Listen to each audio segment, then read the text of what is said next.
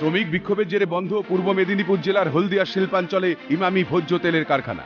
অভিযোগ, কারখানা কর্তৃপক্ষ চার্টার অফ ডিমান্ড চুক্তি মানছে না, অর্থ বেতন সংক্রান্ত কোনো সুযোগ সুবিধা পাচ্ছেন না শ্রমিকরা। ন্যায্য পাওনার দাবিতে সোমবার সন্ধ্যে 6টা থেকে অনির্দিষ্টকালের জন্য কর্মবিরতির ডাক দেন শ্রমিকরা। আমাদের চার্টার অফ ডিমান্ড ফাইনাল করছে না কোম্পানি।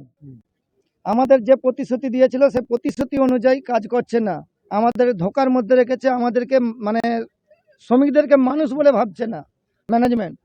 আমাদের বলেছিল এ গ্রেড, আর তারপরে শোনাচ্ছে আর এ গ্রেড।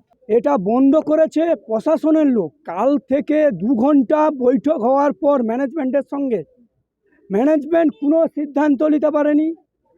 আর আমাদের নেত্রীরাও যারা এসেছিলেন ওনারাও কোনো সিদ্ধান্ত নিতে পারেনি। কারণটা ওনারাই জানেন। প্রায় 11 মাস ধরে সিওডি হয়নি তোপ সিপিএম এর। ইমামিতে প্রায় 11-12 মাস ধরে সিওডি হবে হবে হবে বলে এখনো পর্যন্ত হয়নি। সে কারণেই শ্রমিকরা গোটা ম্যানেজমেন্টকে ঘেরাও করে রেখেছে এবং আইএনটিটিইউসির যে নেতারা এসেছিল তাদেরকে ঘেরাও করে রেখেছে। কারণ শ্রমিকদের মধ্যে একটা ধারণা তৈরি হয়েছে যে আইএনটিটিইউসির নেতারা ম্যানেজমেন্টের সঙ্গে কথা বলে নিয়ে তারা তাদের ফায়দার জন্য শ্রমিকদেরকে ঠকাতে চাইছে।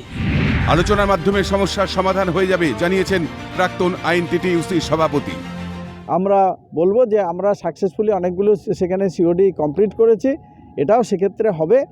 কিন্তু আলাপ আলোচনার মাধ্যমে আমি খবর পেয়েছি যে শ্রম দপ্তর ইতিমধ্যেই তৎপর হয়েছেন এবং এ নিয়ে আলাপ আলোচনা করবেন। আমি আশা করি যে এই আলাপ আলোচনার মাধ্যমে ব্যাপারটা মিটে যাবে।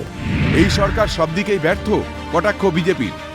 আসলে এই সরকার সব দিক দিয়েই ব্যর্থ এবং শ্রমিকদের স্বার্থ দেখবে কি নিজেদের মুনাফা নিয়ে নাই ব্যস্ত। খবর পেয়ে ঘটনাস্থলে যায় ভবানীপুর থানার পুলিশ। লাগাতার তারা কাজ বন্ধ রেখেছে। তাদের অভিযোগ, যখন বিক্ষোভ দেখাচ্ছিল প্রশাসনের তরফ থেকে এসে কাজ বন্ধ করে দেওয়া হয়। এখনও কিন্তু কর্মবিরতি চলছে।